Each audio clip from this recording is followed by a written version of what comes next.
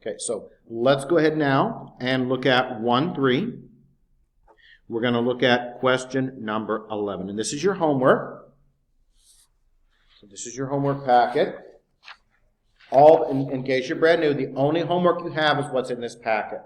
Okay, and we've covered up through part of 1-4 last time. So you can catch up pretty quickly. But let's go ahead now and look at question 11 out of 1-3.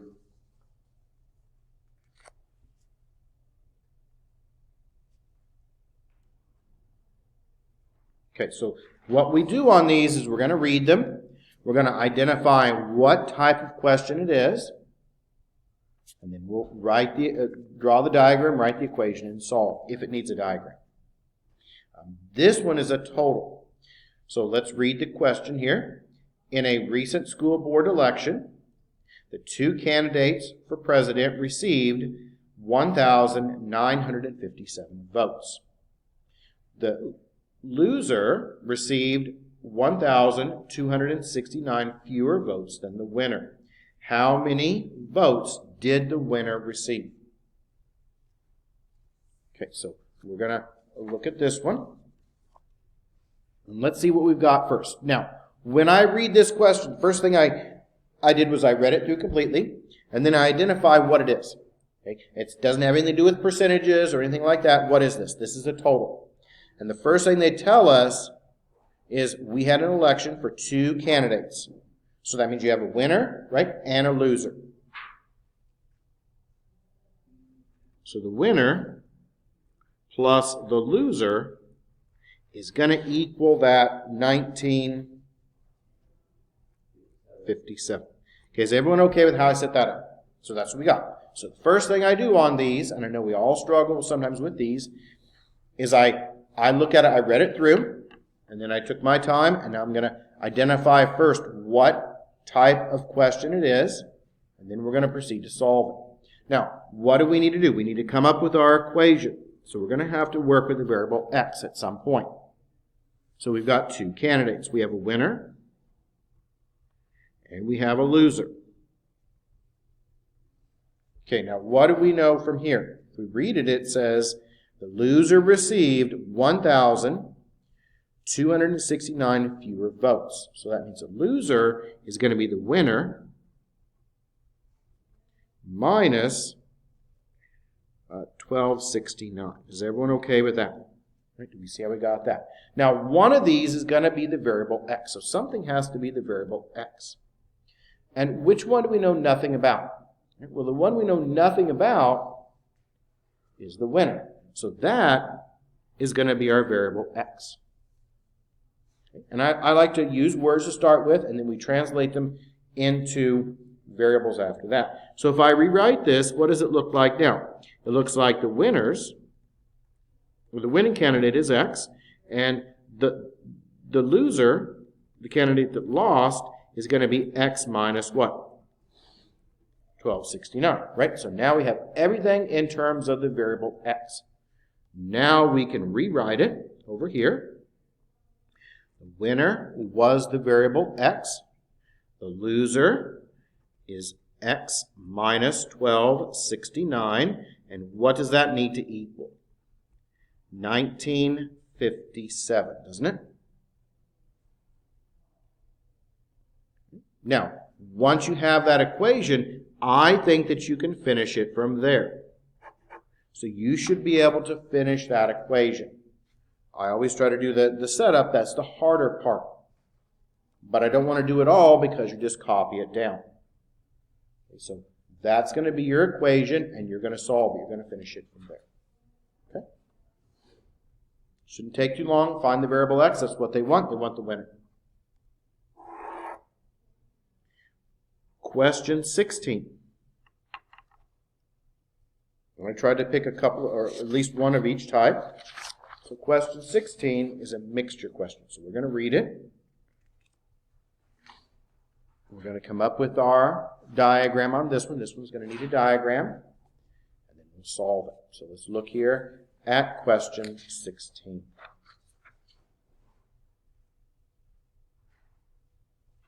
So in a chemistry class, 8 liters of a 4% silver iodine solution must be mixed with a 10% to get a 6%. How many liters of the 10% are needed? So first off, I read it through, okay? And what am I working with?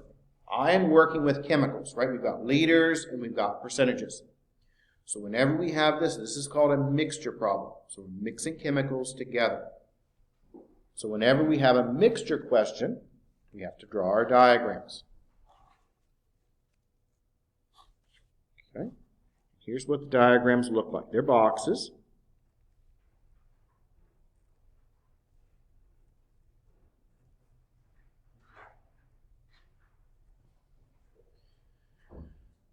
Now, each of these has an amount, that's the liters, and a percentage rate. So amount and a percentage rate goes with each one. So now we're going to start reading this again, and we're going to look at each piece individually.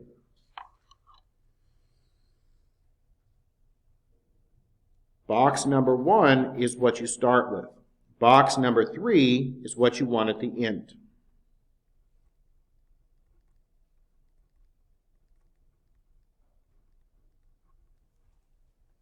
So let's go ahead and read this again, piece for piece. So a little bit at a time. In a chemistry class, 8 liters of a 4% solution. So that's going to be box number 1 because that's what we have. So what do we start with? We start with 8 liters of a 4% solution. Is everyone okay with where I got that from? Okay. That comes right from here. 8 liters of that 4%. And then what are we going to do? We're going to mix it with a 10% solution. So we're going to mix it with a 10% solution. Now, does it tell us how much of the 10% that we need? No. So something has to be the variable x. So it looks like box number 2, the amount's going to be the variable x. Is everyone okay with that? Now, what I do from here is 1 plus 2 is 3, right? So that tells me I'm going to add across. That's how I remember. 1 plus 2 is 3, so these add as well. And that's going to be 8 when I add plus x across. And what do we want to end up with? Let's make sure we understand why this is going in box 3. We want to get a 6% solution. Now, when it says get that 6% solution, what does that mean? That means we end up with a 6% solution, right, at the end. So that means that 6% solution is what we want at the end. So that's why the 6% goes here. So we started with 4%, we added some 10% to it, and we want to end up with a 6%. Now, how do we build our equation? Well, the equation is based off of the pure. So the pure is going to be the amount times the rate. Amount times the rate. And when we work with these percentages, we turn them into a decimal. So we've got to be very careful when we convert those percentages because it's easy to make a mistake with those. So here's our pattern. These two get multiplied together. Okay, so those two go together. So that is 8 times 0.04. There's that piece. That's the first one. What about the second one? What is it? 10% as a decimal, 10% is 0.1x there. Those just go together and you put them here. So you just go here to get there. And what about the third one? On the right-hand side, the third one is 6%, and that's 0.06. And how much is in there? 8 plus x. Now, you should be able to finish the equation. I'm not going to work it out because I'm worried if I just work it out, you'll just copy it down, and I want you to actually have something left to do. So you can finish that equation, right? Distribute through, combine. I know that setting it up is the hard part. That's why I'm setting them up. I'm leaving the easier part, which is solving, for you to do. Okay, so we decided to look at that one, and that was question 16. We're going to do one more of these, question 18. And this is another mixture type of question. It's a little bit different, but similar again.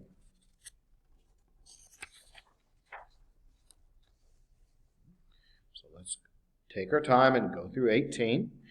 We're going to read it first. I always do that. So a lot of us struggle with these applications. What I do is I read it through first. Once I've read it through, I take a moment to think about what I've got, and then I identify all the pieces and put it together. So what do we have here? We've got a merchant that has coffee that is worth $3 a pound, that she wishes to mix with 60 pounds of coffee that is worth $7 a pound. We want to get a mixture that is worth $6 a pound. So we're blending different coffees together. Okay, that's how when you buy coffee at the store, that's what it is. It's a blend.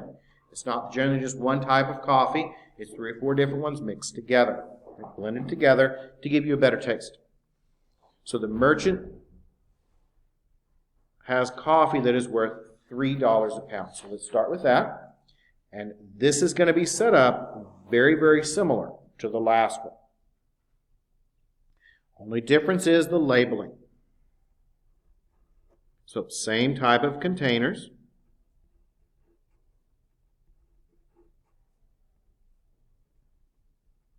We have an amount, and instead of it being the rate, this is going to be the cost of the coffee per pound. So let's see what we've got.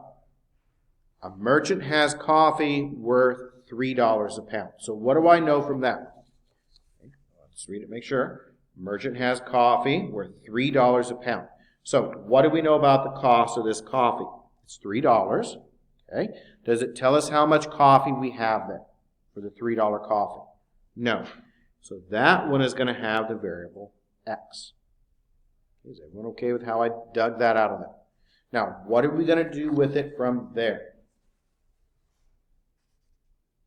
From there, I'm going to mix it with what? Mix with 60 pounds of coffee that is worth what? $7 a pound. So what do we have on the next one? 60 pounds of coffee. Yep, 7 goes for the cost there. Now, what do we know? 1 plus 2 equals 3. So that means these go together, and that makes it x plus 60 there on the right-hand side. And what do we have? We have a box 3 is what we want to end up with. What do we want to end up with? We want to get a mixture that is worth what? $6 a pound. That's what we want.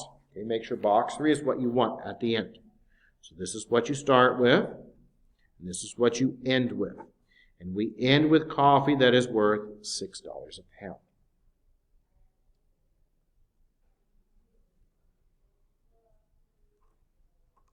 Now, what are we going to do from here? Well, we need to build our equation again. And we're going to try to build our equation from here, and we're going to look at our total cost. Total cost of each type of coffee is going to be the amount times the cost per pound. Okay? So let's build it the exact same way we did the last one. It's just labeled a little bit different. Instead of it being pure, all right, we've got total cost. So what about the first one? What does its total cost be? Multiplying these together, that would be what? 3x. Second one, what about it? 60 times $7 a pound. And what about the right-hand side? What would it be? It would be 6 times x plus what? 60. You can finish it from here. So you've got your equation. You're going to be able to solve it for x from there.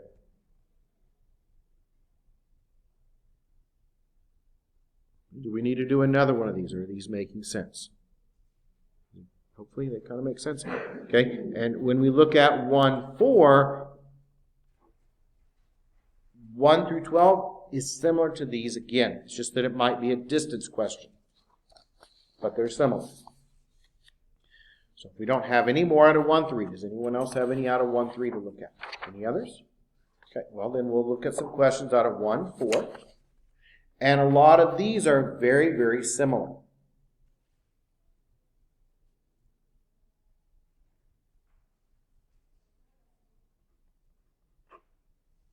And the ones out of 1-4 that we're going to look at, we're going to start here with question 6.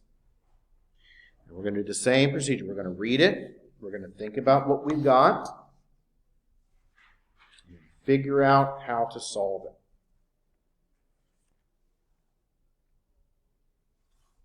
So question 6 here. This one is very similar to the last one that we just did. There were 28,000 people at a ball game in Los Angeles. The day's receipts were $198,000.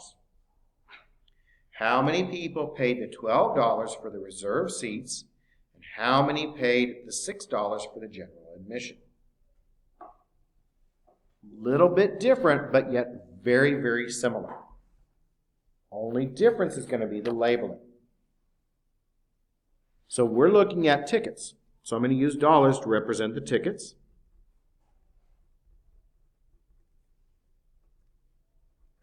And over here will be the total tickets.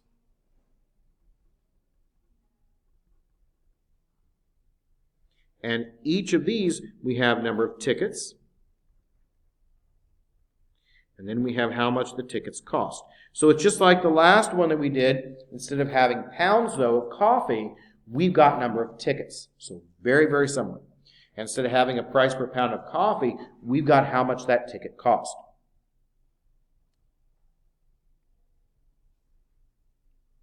So it says there were 28,000 people at this ball game. So how many total tickets did I sell? Not the amount of money that I made. Total tickets sold, that would be the 28,000. So that's going over there. Now we've got two types of tickets. We'll come back to the 198,000 here in a moment. But let's talk about the tickets. What do we have? We have reserved tickets. And those reserved tickets, well, they costed $12 a piece. And then the general admission. General admission tickets costed what? The general admission tickets, they costed $6. Now this one's a little bit different because we don't know either one. So how are we going to handle this? Well, we're going to handle it by looking at what we've got, and we have to use that variable x. So let's work from left to right. The reserved tickets. Do we know how many reserved tickets we sold? Does it tell us at all? No. Okay? Know nothing about it. So that's going to be the variable x. Okay, so the first one, always x. Now what about the general admissions tickets? Do we know anything about the general admissions tickets at all? No. We can't just put the x here because these are different. So how do we handle that? Well, if we don't know either one, then this one is going to be the total minus x. That way it adds up correctly. So how many total tickets did we sell? We sold 28,000. So this one's going to be 28,000 minus x there. So if you don't know either one of them, the first one you're going to call the variable x. The second one is going to be the total minus x. Total number of tickets sold. So now we can build our equation and we can solve it. So now we're going to look at our total cost. And that's going to be the number of tickets times the cost of the tickets.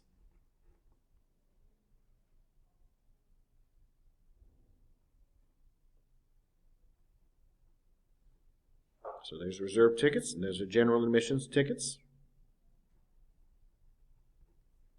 And then over here is going to be the total cost of all the tickets. So what have we not even talked about yet? We haven't talked about that $198,000. Okay, and that's a total amount. So on that one, we're going to put the $198,000 here because that's the total cost of all the tickets put together. So all the tickets put together cost $198,000. So that's going here, not tickets. This is cost. So total cost is $198,000. Now, what about each one of these? Well, the reserve, what is it? It's these two again, multiplied together. So the reserve is 12x. What about the general admission tickets? Well, general admission tickets, they cost $6 a piece. And how many of those do we have? 28,000 minus x.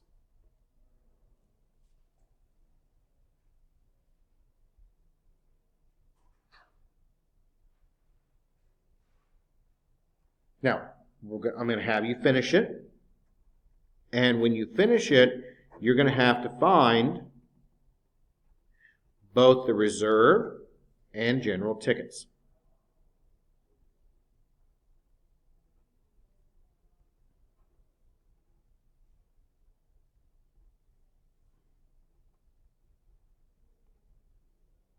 So you're going to have to work through and finish this out, and you're going to have to find both the number of reserve tickets and the general tickets. You take one, plug it back in, and get the other. You have to find both of them. But is it kind of being a little bit easier to see how to set these up? They're all similar, all right, but a little bit different. They all involve multiplication and usually adding together. The only ones that are different is when we look at distance, because they can be adding, subtracting, or equal. So now let's move on and look at 8. And again, you still have to finish it. I'm not going to work these out unless you really, really want me to, unless you've worked it out and gotten confused. Otherwise, I'll get you the equation and you can finish it.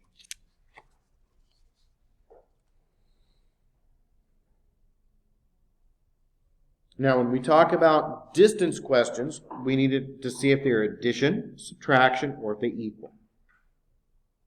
So this is going to be the distance questions. When two people walk towards each other, that's addition. When they go in opposite directions, that's addition. So all of these are addition. Now, it can also be subtraction. How can it be subtraction? Well, it can be subtraction if they overlap, like this.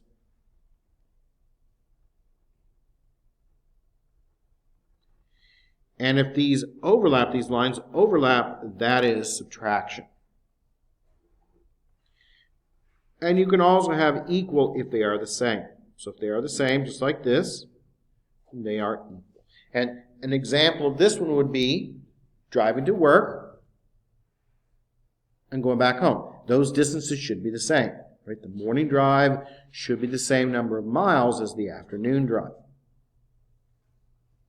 So when we look at the distance questions, they're either going to be added, subtracted, or they can equal each other. So let's now look at question 8 and see how we're going to set it up and solve it. They're actually a little bit easier normally.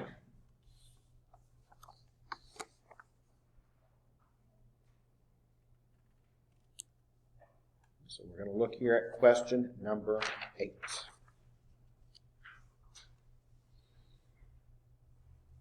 So Bert is 22.5 kilometers away from Brenda. And they begin to walk towards each other at the same time. Bert walks at 2.5 kilometers per hour, and they're going to meet in 5 hours. How fast is Brenda walking? So first off, let's try to draw a picture. What do we know? We know that they walk towards each other. Okay, so when I say walk towards each other, what is that going to look like? Well, if they walk towards each other, that's going to look like that, isn't it? Okay, they walk towards each other, and let's look at our pictures. Which one does it look like? Looks like this one. So what is this going to be? This one's going to be addition. If they overlapped, it would be what? It would be subtraction. Now we're going to put each person together. And we've got Brenda. And we've got Bert.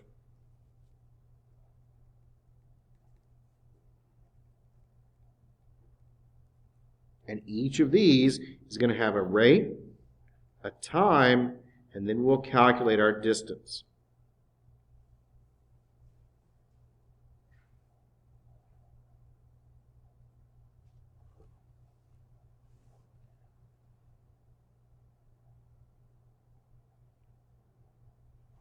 So Bert is 22.5 kilometers away from Brenda. So what does that 22.5 mean? That 22.5 is the total distance. So we'll go ahead and label that here.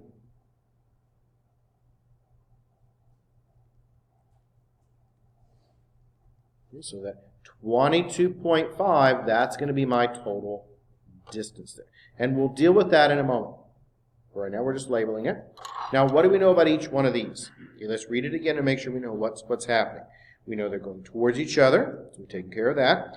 And Bert walks at 2.5 kilometers an hour.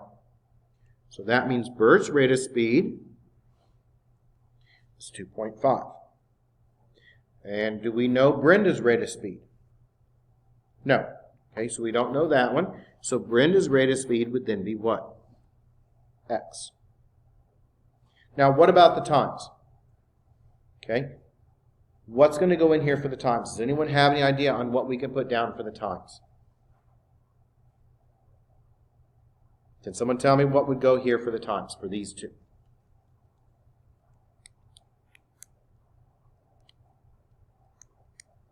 Because you've got to be able to do these on your own without me just working them out. What would the time be? Got any idea what's going to go here for the time? I'll give you a hint. What's time measured in? Time is measured in what? Hours, right? So which one, what number has the hours on it? 5 hours, right? Okay, so what's going to go here for my times? 5 hours, so we'll just put the 5s there. Now let's make sure we understand where that came from, why they're both 5.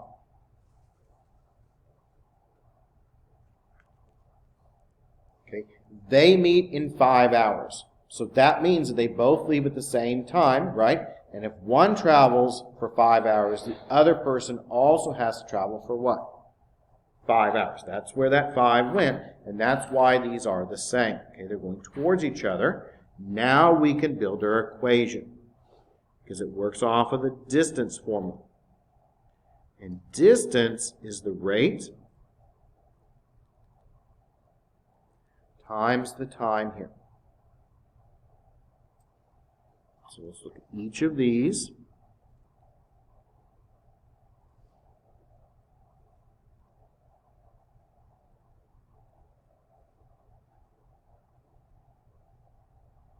And what are we starting with? Well, we know we already have that total distance. You notice we labeled it up here. Okay? So that total distance has to be put down here as well. So that's going to be my 22.5. Total distance goes here. Now, what about Bert? What do we do? Just like all the others that we have talked about today, these are going to get multiplied together. So that's 2.5 times 5. What about Brenda? Rate times time again. So that would be 5x there, wouldn't it? And you should now be able to finish it.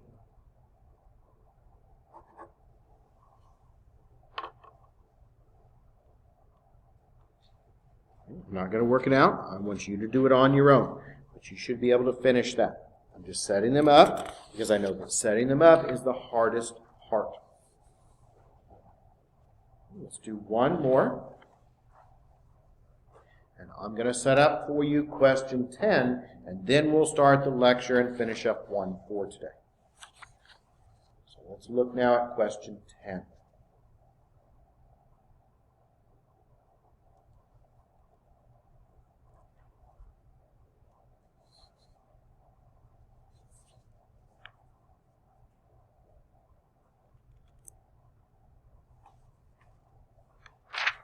Question 10 is a stream. And we have current. And current can either make that boat go faster or it can slow it down. The speed of the stream is 6 miles per hour. If a boat travels 80 miles downstream, in the same time, that's very important there, same time that it takes to travel 40 miles upstream, what is the speed of the boat in still water? So we've got a boat, and a boat has a maximum speed. Now, it might be able to go a little bit faster if the current's helping it, or it might not be able to hit that maximum speed if the current's pushing it back. But let's first look at what we've got. We've got a stream here. Okay, so this is represented the stream.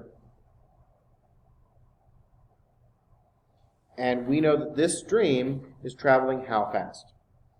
Yep, 6. So that's going to go over here. Now, what we don't know is we don't know the boat speed. So that's going to be our variable x. So the boat stream speed is unknown.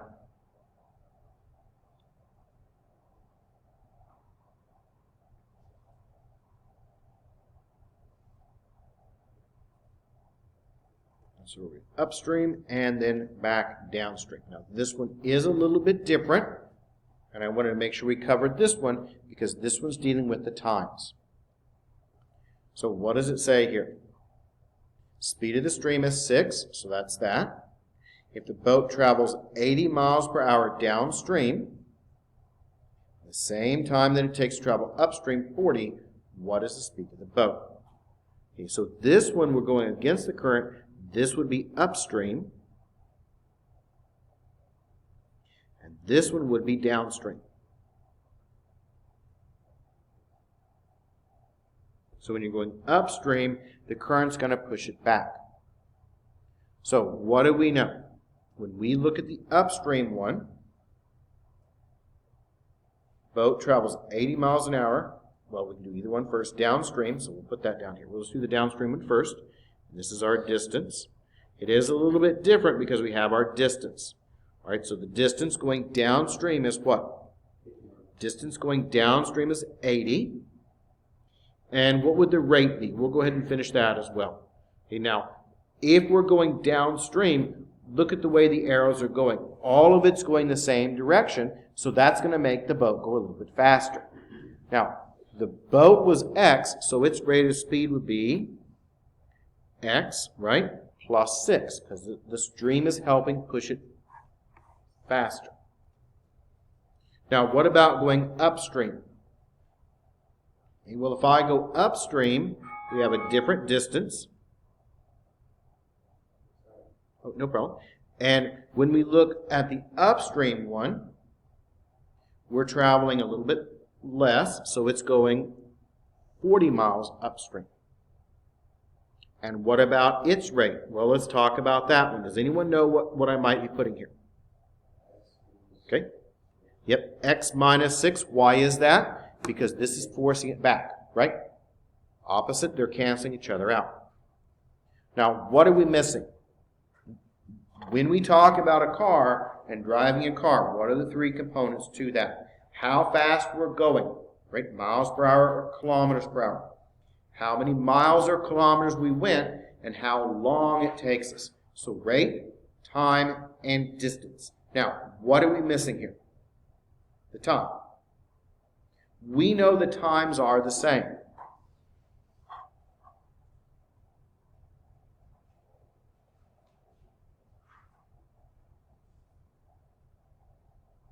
And this one is a little bit different. Now, when we talk about the times being the same, the time is the distance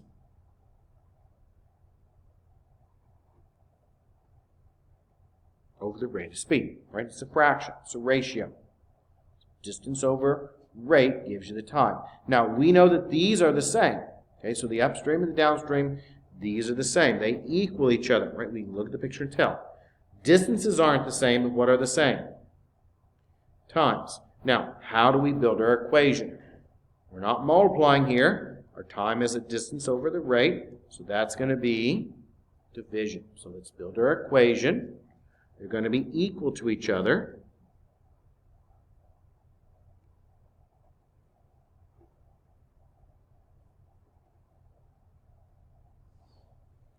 Let's look at the upstream one. Right? So let's go back up and look at the upstream. What is it? 40 for the distance. Rate is x minus the 6 there. So that's going to be the distance, which is 40, going upstream, over the rate, which is x minus 6 there. What about the downstream? Downstream, distance of 80, and what is its rate? X plus 6. I'll do one more step, and then I'll leave it for you to finish. So cross multiply here, and if I cross multiply, then I get 40 times x plus 6, right? And what does that equal? 80 times x minus 6, and you can finish it from there. It is a little bit different because it's got division, so that's why I wanted to pick that one out, because that's the only one that's like that. We have to divide.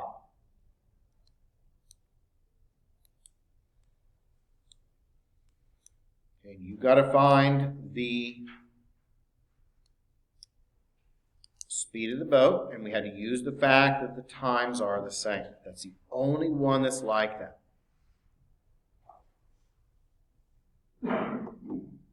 Well, 11 is similar too, so 10 and 11 are the same. But all the rest are a little bit different, but 10 and 11 are the same. Do we need to look at any others? Are there more that we need to look at? Well, we'll move on and finish up this section then. And the last part of this section is the easy part. These are the ones that students do very well with. So the next part of this section is the easier part.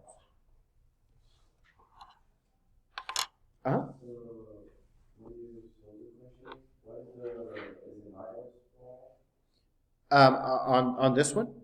Yeah. Okay, so what I've got is I've got upstream distance of 40, x minus 6 there. And downstream is 80, x plus 6. So I can cross multiply. And when I do that, then that gives me 40 times x plus 6, right? And 80 times x minus 6. And you want to check the answer? We can go ahead and finish it real quick. Won't take long. Let's just finish it out.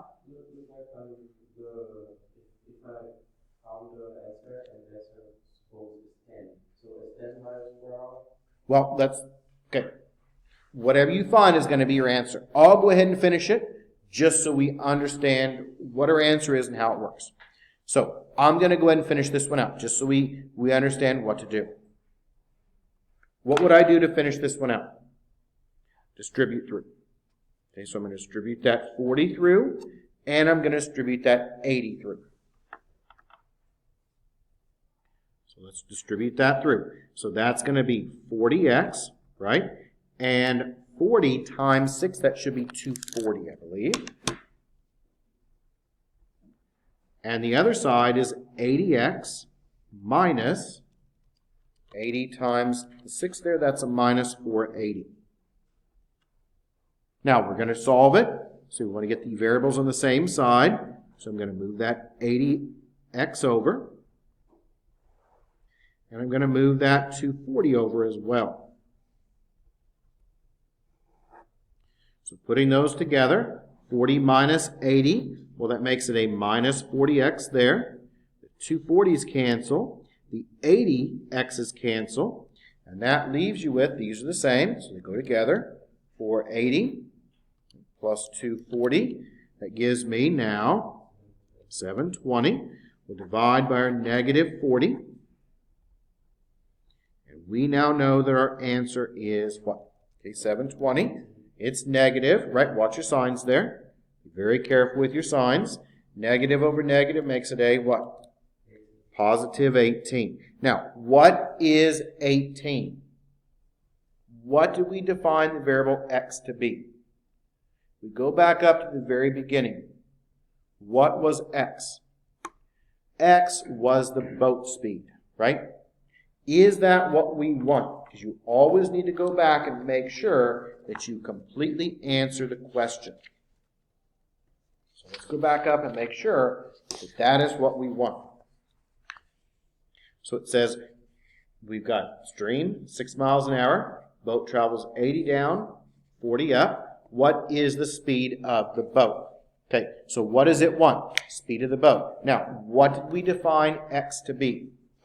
Boat speed, right? So we solved this out, and we got x to be 18. So what is the speed of the boat? Speed of the boat is 18, and what's my units here? We need to make sure we label them. Okay, it's 18 miles per what? Hour. So you can just say miles per hour, or you can say mph. But that is the answer. So x was the speed of the boat, and that is specifically what we want. Does that make sense now? Okay.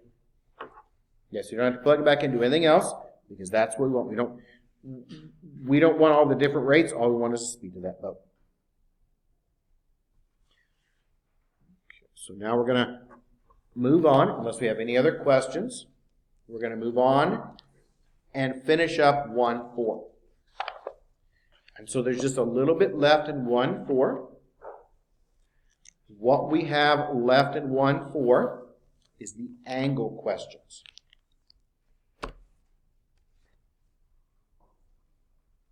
We have all different types of angles.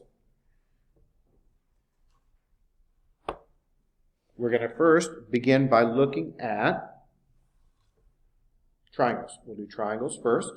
Now, what do we know about triangles? Well, in triangles, we know the angles, or all the angles, they add up to or sum to 180 degrees. So when we look at triangles, they're going to add up to be 180. When we solve these out, we have to make sure that we get all three angles. We're not just going to find x, because x is not the complete answer. It's only part of it. X is only one piece of it. We have to take that x and plug it back in. These will be on your exam, because I think they're pretty easy to do. I'll probably put a couple of them on your exam. And students usually do very well with these. So I'm on page 99, and I'll just pick these from our textbook. So page 99. If you don't have your textbook with you, that's fine. I'll put it up on the screen. So if you don't have your textbook, that's fine. I've got it right here. Okay, now, we're going to look at question 32. So let me focus on 32 here. So this is a triangle, right? Now, what do we know about the triangle? It adds up to be what? 180, right? So that's our picture. So we're going to draw our picture, and then we're going to add up our angles. So our picture looks like this.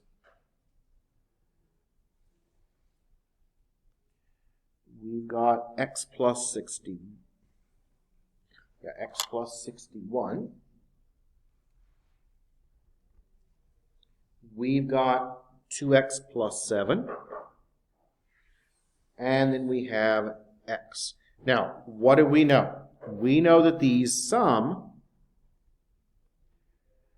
to 180. So what does our equation look like now? Well, it looks like x plus 61 plus 2x plus 7 plus x. That equals 180. These are the pieces here. Piece here, here, and here, right? Now, this one's very easy to finish. There's not much to these.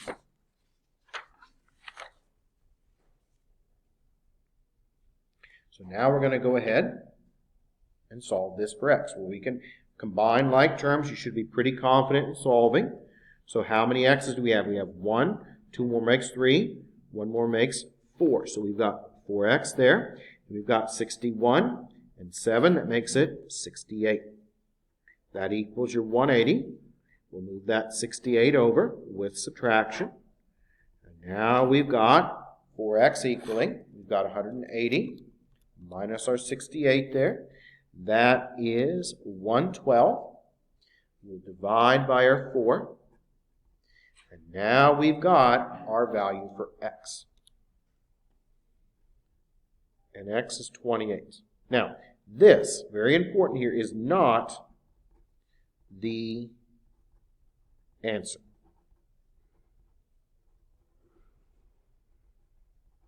Okay, very, very important. That is not going to be the final answer. It is only part of the answer. How do we go back and get our final answer? Okay, we got x to be 28. So our final answers are going to be up here. So plug it back in here. Plug in that 28 here. So the first one up here is going to be 28. Okay, that's what we found x to be. We're going to add 61 to that. 28 plus that 61, that is 89 degrees. So that's one of the answers. What about the other ones? The other one, we'll just do this one here. What would this one here be? This one would be 2 times 28 plus 7. So 28 times 2 plus that 7, that gives you this one to be 63 degrees. And this one is just x, so that one is 28 degrees. Right, so it's all the same. So that's going to be our 28 degrees there. Now, everything is labeled, so what would the answers be? Let's make sure we know what the answers are going to be. We worked them all out, right? We filled them in. So what are the answers going to be? Okay, the answers are going to be 63 degrees, 28 degrees, and 89 degrees.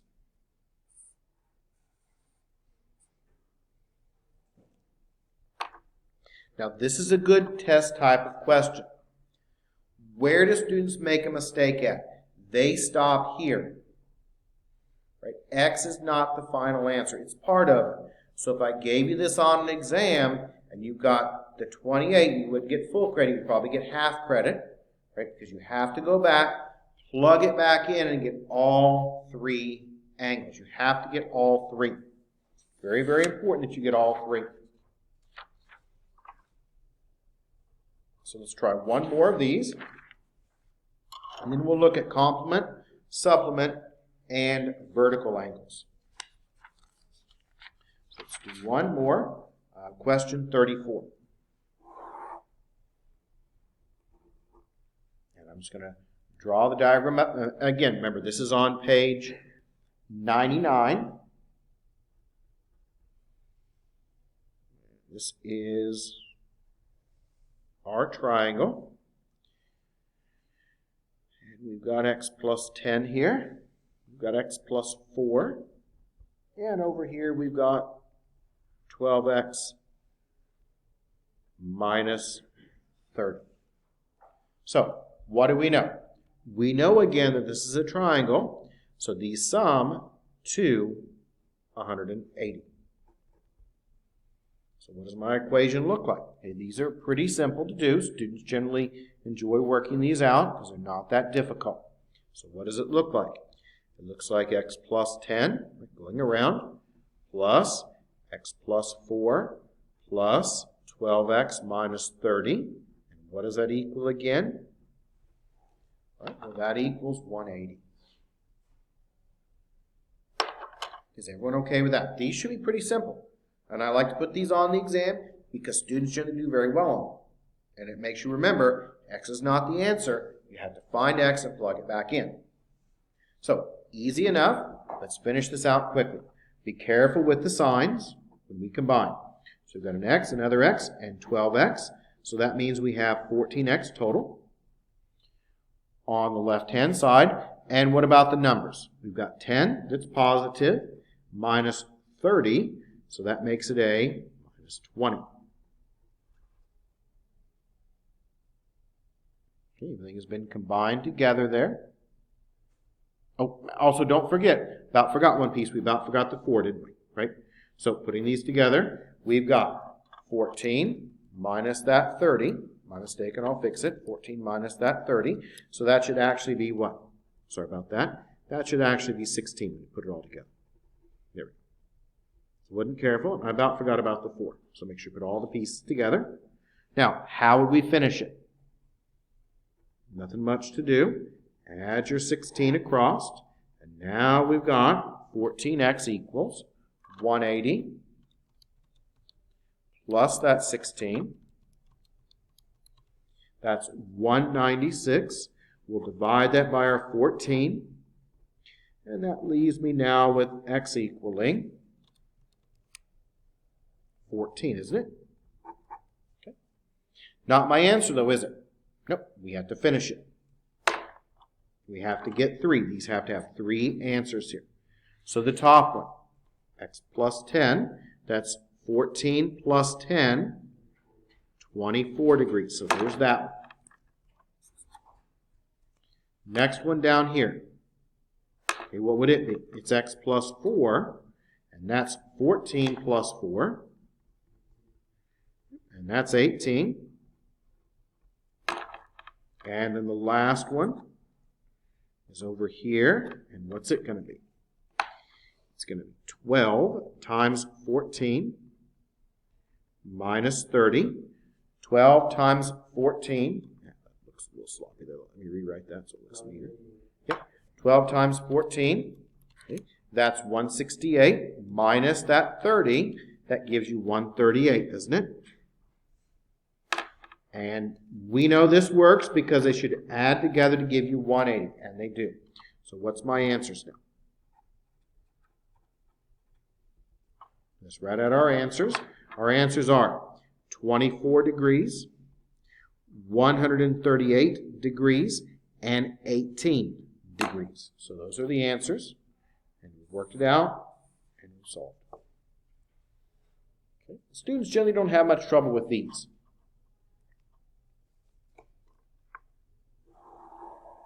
Next, we're going to talk about angle questions. And so these are the same as the triangles. They are a little bit different, though. And this is called the supplementary angle. Don't really worry about the terms. But when you have a supplementary angle like this one sums to 180 degrees. Okay. This one's called complementary. It's a right angle. And this one sums to 90 degrees. And then we also have what's called the vertical angles.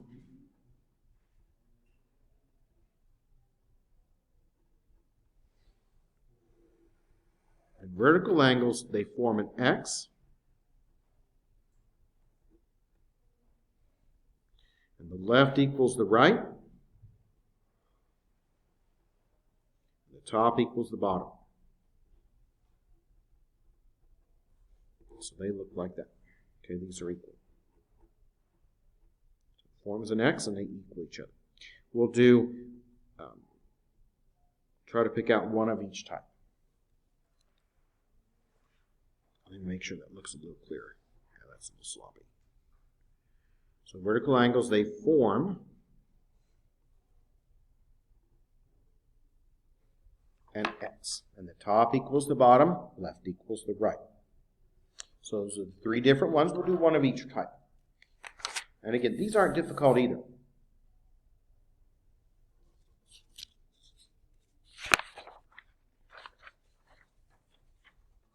So these are the 3 that we have. Page 100. let's look at question 36. And these are, again, good test questions.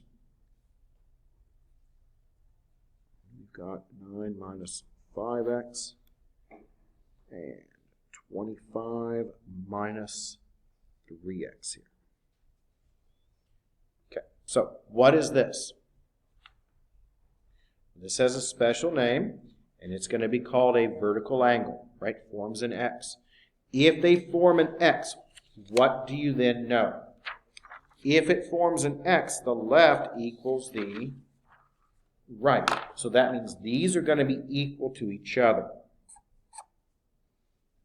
So these are going to equal. So what does my equation look like? When I rewrite it, my equation now looks like 9 minus 5x, and it equals 25 minus 3x. There's our equation. Now, just like the ones we did a moment ago, when we solve it for x, is x going to be our final answer? No. We have to go back and plug it back in here and here, and that's going to be our final answer. So x is not the ending result. You'll only get half credit if you just find x. You have to find the angles. So we should be able to quickly and easily solve this.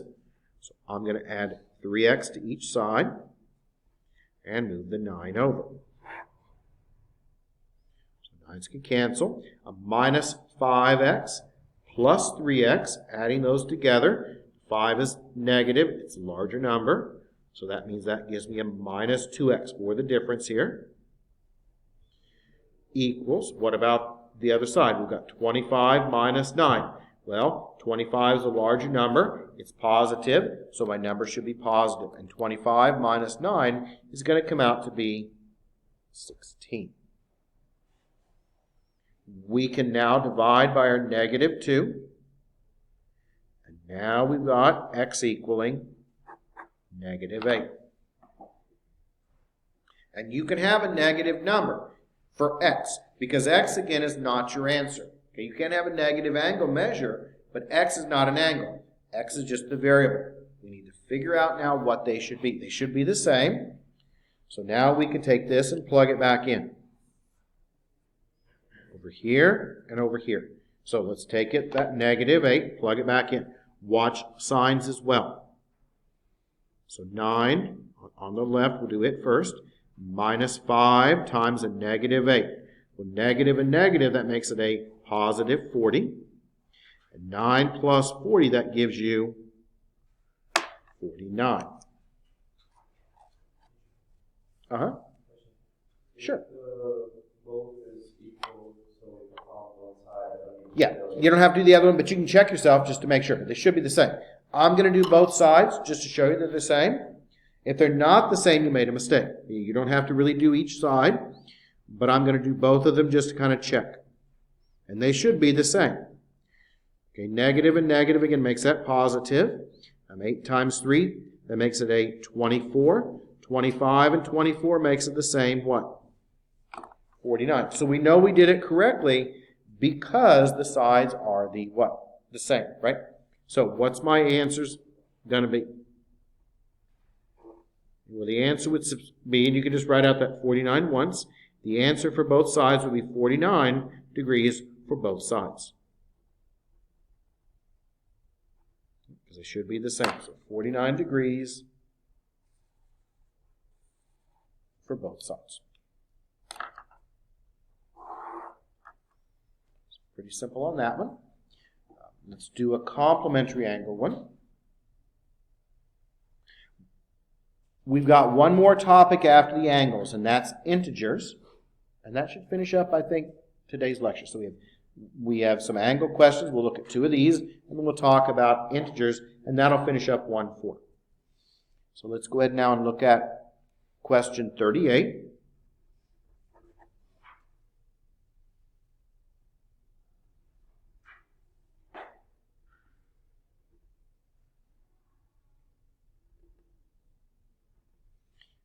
What do we have here? We have 3x minus 9, and we have 6x. So what do we know? This one's not going to sum to 180 what is this going to sum to? 90, right? Complementary angle, sometimes called a right angle, it's going to sum to 90. So rewrite it. 3x minus 9 plus 6x equals 90.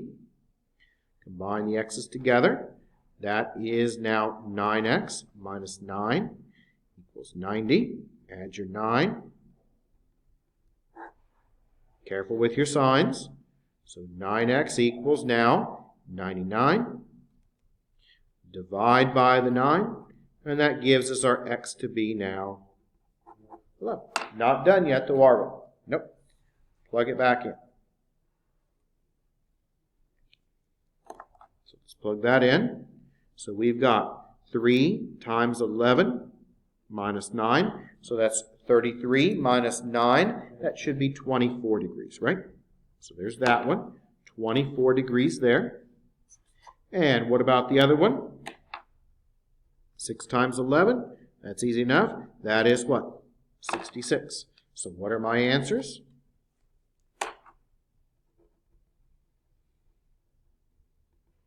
My answers are going to be 24 degrees and 66 degrees.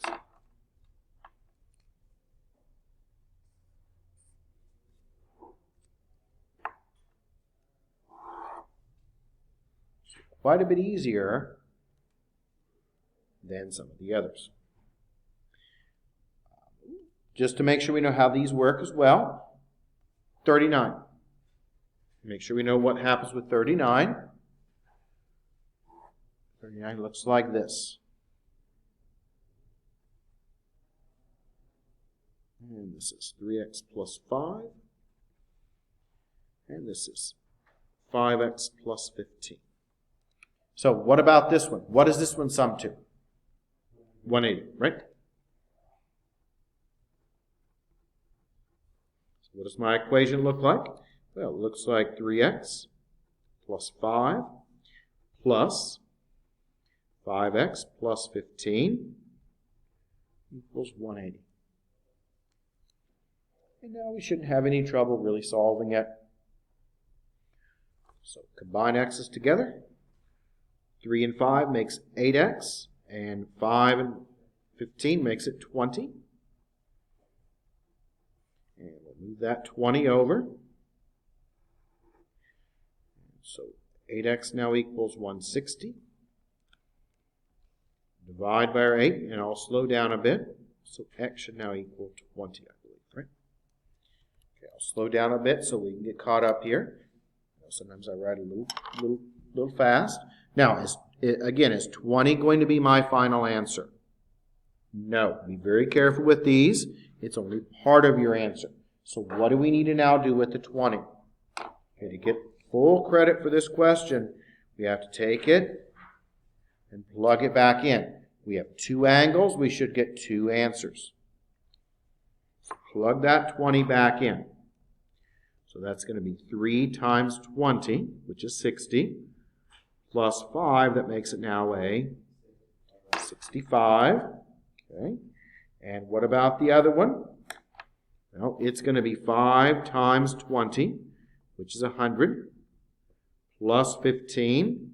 That makes it 115 degrees. Now, how do we know that we did it correctly?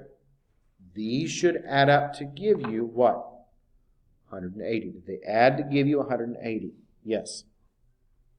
These are the simpler questions.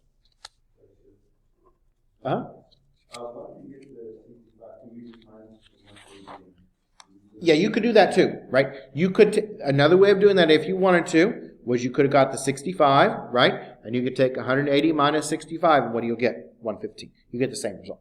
I usually plug it back in. That way I can see both. And if you make a mistake here, you'll make a mistake here. But if you do it this way, you'll see the mistake, if it makes sense. Because if you make a mistake here, you'll see a mistake over here. But if you don't, and let's say this was 40, you would just take 180 minus 40, you'd get 140, and it would add up to be 180, but it wouldn't be right. So I always like to plug it back in. Yes, another way of doing it quickly would be subtract from 180.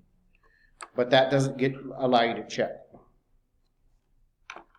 So now we're going to move on, and we're going to do the last part of 1-4. So the last part of 1-4, and I usually try to go through in some cases, 2 sections every class period. It just depends upon the material. Some sections, like the later sections in inequalities, go a lot faster. These take a while to go through because they're applications. What we're going to look at next is we're going to look at integers, consecutive integers.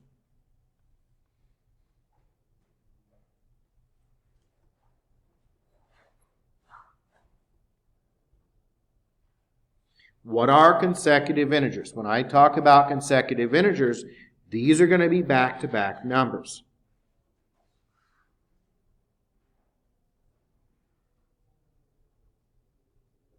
So what are some examples of consecutive integers? Okay, these are consecutive integers. 99, 100, 101, 102. Those are consecutive integers. Another example would be 8, 9, 10, 11, and 12. Okay, those are consecutive integers, right? Now, what is the gap between each one of these numbers? Each time, what am I doing? Each time I'm adding 1. So, depending upon how many we need, we set them up like this. Whenever we look at consecutive integers, the first number is always going to be x. And then each number after that, we add 1 to it. So the second number is going to be x plus 1. The third number would be x plus 2. The fourth number, what would that be? Does anyone know? It's going to be x plus what? 3. Okay? Why? Because we're adding 1 every time. Now, if we needed 5 numbers, we would just add another one and add 1 to it. So when we talk about consecutive integers, those are back-to-back numbers. Locker numbers, addresses, things like that. What about even or odd? When we talk about even or odd consecutive integers,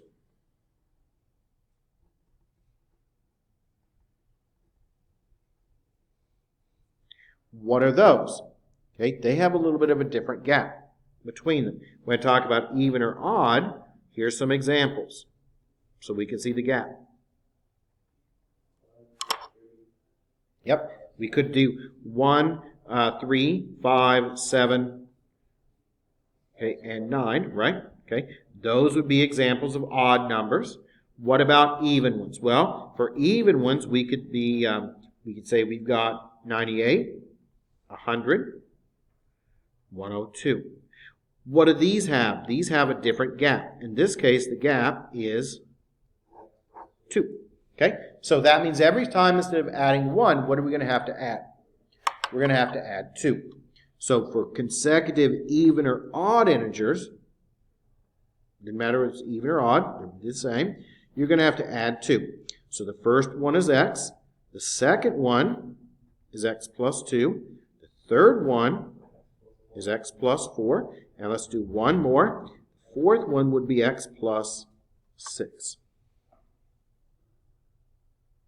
So we either add 1 every time if they're just consecutive integers, or we add 2 if they're even or odd. What I like to do is I like to read the question again, set it up with numbers 1, 2, 3, and 4, plug the values in, and then solve it.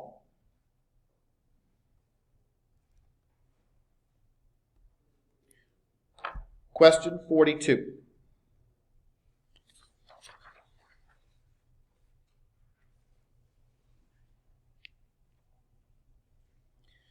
Find 3 consecutive integers such that the sum of the first and twice the third is 39 more than the second. So first off, I read it, and I need to figure out what I've got. How many numbers and what they are. Does it say even or odd at all? No. Nothing about even or odd, so I know my gap is 1. Now, how many do I have here? Okay, it looks like we have what? Sorry about that, we're on question 42. Looks like we have 3. So 3 consecutive integers. So let's write those out. Doesn't say even or odd, so they're just consecutive integers. And by the way, this is on page 100. And we're looking at question 42. So we need 3 consecutive integers. So first one is x. Second one is x plus 1. Third one is x plus 2. Now we've got to come up with our equation. Find 3 consecutive integers. That's this. Such that the sum of the first and twice the third. So, sum of the first and twice the third. What would that look like? First number plus twice the third. We'll plug in the values in a moment. I always like to write up where it's first and plug everything in. Is, now what does is mean? Is means equals, remember we've covered that a little bit before, is 39 more than twice the second. So 39 more than twice the second, well that would be 39 plus 2 times the second number. You've got to make sure you come through all the pieces. Let's make sure we know how to label it. Sum, that means add, first, twice the third. Okay? Sum of the first and twice the third. That is this piece here. Is, okay, we know that is means what? Equals. And what does it equal? More, that means add twice the second. Now, we just fill the pieces in.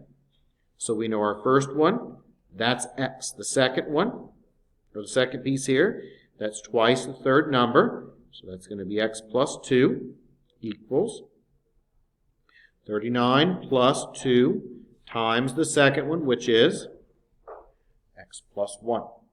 All the pieces just get plugged in. Where are students most likely to make a mistake? In distribution. So I always draw arrows.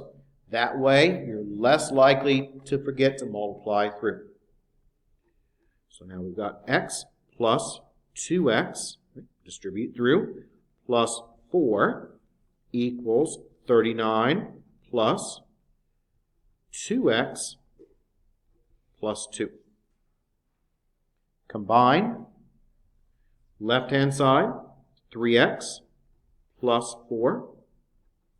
Right-hand side, 2x plus 41. If I ever go too fast, just be sure and say something, because I can slow down a bit. Now, quickly solve it. Move the 2 over. Move the 4 over.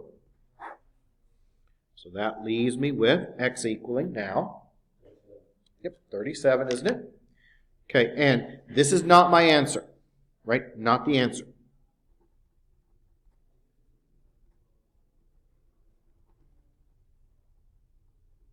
Very important that you remember that is not your answer. What do? Plug it back in. So what would the answers be? Yep, very good work. 37, 38, and 39.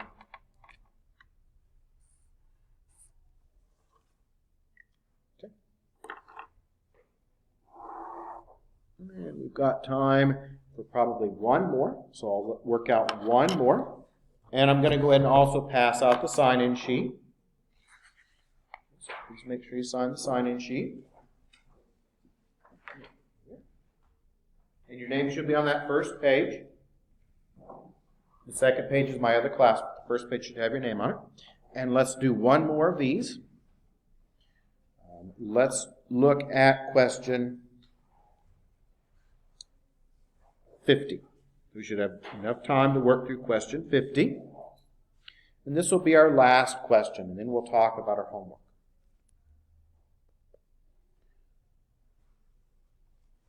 Question 50.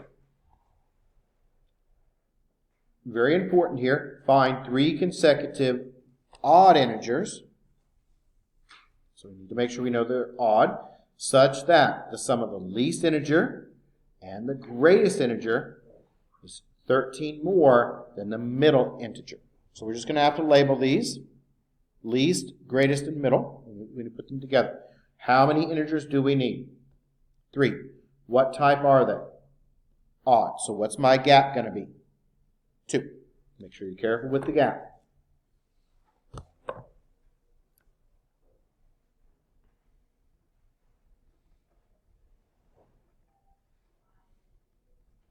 So these are odd.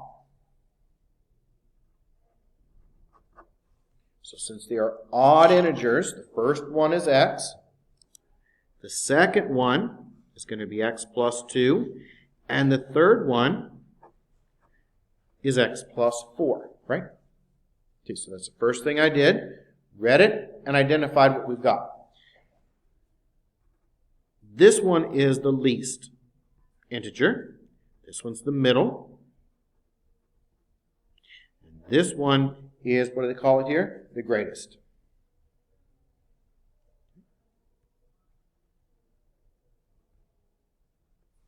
So that's how we label them. Number 1 is the smallest, so that's your least integer. Middle and the greatest. Now, what do we need here? It says, find 3 consecutive odd integers such that. That means we're building our equation. Such that means we build the equation, the sum of the least integer and the greatest. So least integer and the greatest. That would be number 1 plus number 3. That's the least plus the greatest. Is means equals. 13 more than the middle. So that's going to be 13 plus number 2. Now we can finish it. Right? Now we've got it all built. Plug the pieces together. First number is x. Third number is going to be x plus the 4 equals 13 plus x plus 2. Now we'll go ahead and simplify it down and get our final answer. So, adding the x's, what do we have? We have 2x plus 4 on the left. And combining on the right, we have an x plus 15. We'll move the x over and move the 4 over. And that's going to now give me x equals 15 minus 4. That makes it 11, doesn't it? Okay, so what am I? That's not my answer. What are my answers going to be? Okay, my answers are going to be 11, 13, and 15.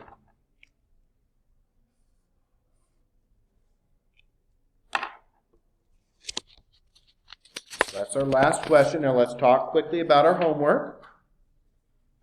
So, what should you be able to do? You should now be able, for your homework, you should be able to work through and finish out 1.4. So you should be able to do them all. Now, what is going to be turned in on Tuesday? Not 1.4, because I always like to give you time to finish it. So what's going to be turned in on Tuesday is 1.3. Now, some of you were gone last time, so if you've got that 1.1 finished, I'll collect it today. Also, 1.2 was due today, so we have